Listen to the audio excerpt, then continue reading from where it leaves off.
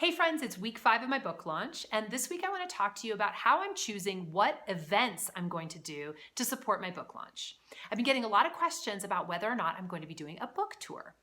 The concept of a book tour, I think, has taken up residence in our fantasy world as this thing that a publisher is going to do for you, and one of the reasons why you want to go with a traditional publisher instead of self-publishing. They're going to send you on the road and book you at bookstore after bookstore, and they're gonna have someone to pick you up from the airport, drive you to the bookstore where you're gonna have a packed house of people who you're gonna read to, and there's gonna be a lot of applause, and you're gonna sell a ton of books.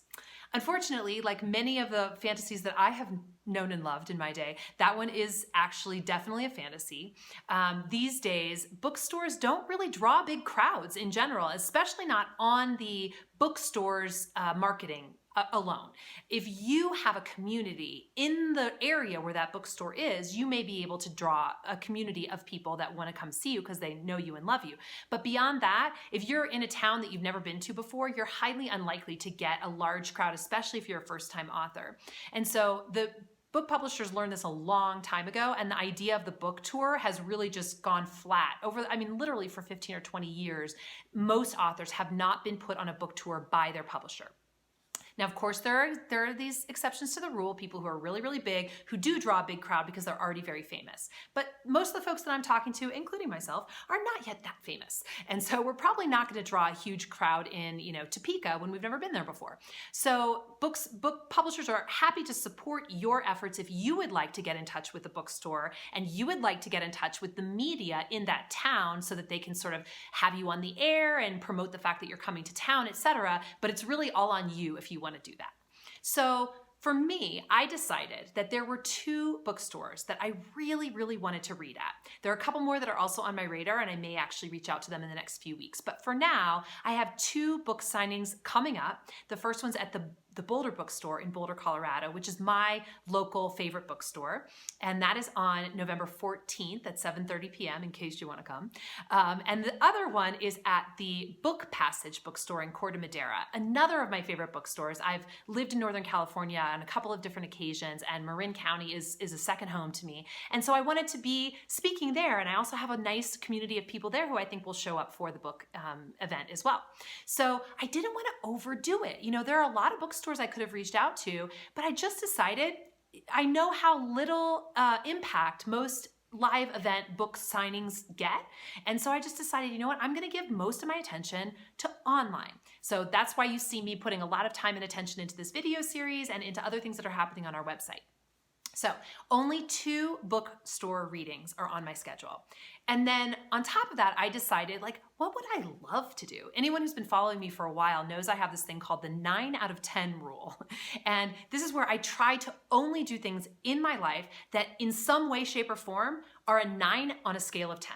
9 or above. I want to make sure that I'm either going to get a ton of pleasure out of it, I'm going to feel purposeful, I'm going to feel like what I'm doing is in service at a level of 9 out of 10, or else you know what? I have too many things going on. I don't need to be doing 6, 7s, and 8s. It's just, it's would be too much of a schedule, hog if I were going to be putting things on there that were not a 9 out of 10. That goes for the events that I'm doing to support my book as well. So I asked myself, okay, beyond these 2 bookstores, what else would I feel super jazzed about? What else would be really, really fun? And for me, that was to reach out to 3 of the biggest retreat centers in the United States that I have a ton of respect for. Several of them I've actually been to before on retreats, for my own journey, and ask if they wanted me to do a writing retreat based on the book. And I am thrilled to say that all 3 that I reached out to actually said yes. And so I'm going to be doing 5-day writing retreats, January 6th through 11th at 1440 Multiversity, which is in Scotts Valley, California, really close to Santa Cruz. If you haven't been to this place, oh my goodness, this really suits my princess tastes. It is a beautiful, beautiful location. It's very new. The food is amazing and organic and all the things.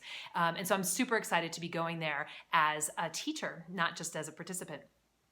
Another place that I'm really excited to visit for the first time is Kripalu, which is a retreat center in Western Massachusetts. And I'm going to be teaching there at the beginning of March. And I'm super excited about that. They've been incredibly welcoming. And then in October of 2019, I'm going to be teaching at the Omega Institute, which is a place that I've been many, many times to see teachers that I know and love. And in all three of these cases, it felt like it would be both a really good match for my audience, people who are wanting to put a book in the world, but aren't actually setting aside enough time to write it. This would be a dedicated retreat for writing their book. And so that's really in service of my clientele. And then also for me, it's a place I want to go. So I'm going to be excited about it at that level of 9 out of 10. And honestly, there you have it. That is all of the events I currently have planned around the publication of my book. Now, of course, I'm doing tons of things online. I'm going to be doing a seminar with Reed Tracy, who's the CEO of Hay House, on the 17th. That's going to be very exciting this upcoming week. And I'm going to be doing all sorts of other things online as time goes by.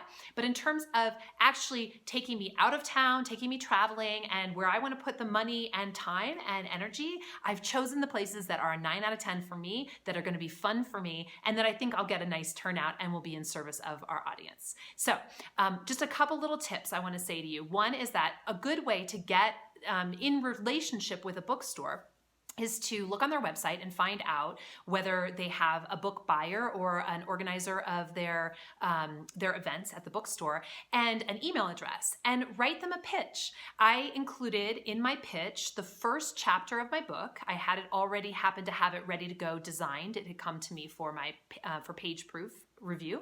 And so I just cut down that PDF, pulled out that one chapter. And then I also included something called a sell sheet, which is a PDF that includes all the major information about the book. It's got a picture of the cover of the book. It's got a description of what the book is. It tells how much it's going to cost, the fact that it's going to be a hardcover, who's publishing it, Hay House, when it's publishing, who you can contact at Hay House for more information, my contact information, my author photo and my author bio, and some quotes I'd already gotten in support of the book from authors that the bookstore would probably be familiar with.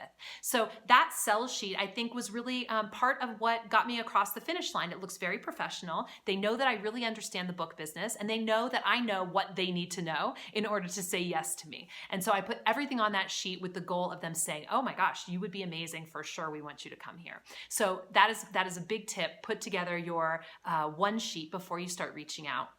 And then also a good way to reach out to the retreat centers is to find somebody that you have a connection with who's taught there before. That's a really, really, best gold standard way to get their attention, obviously. But if you don't know anybody, that's fine too. You can go ahead and look at their website and find out how you can propose a class, and then go ahead and follow their, usually they have some sort of a form on the website that you can fill out. So those are my tips for today about starting to imagine what you would want to do in terms of events at the time your book comes out. And wishing you great luck this week on whatever your writing endeavors are. I'm going to get back to work. There's a lot to be done, but I'm very excited about it all. And again, thank you so much for following along. It's really been a joy to be part of this journey with you. 5 short weeks and my book will be in the world. See you next week.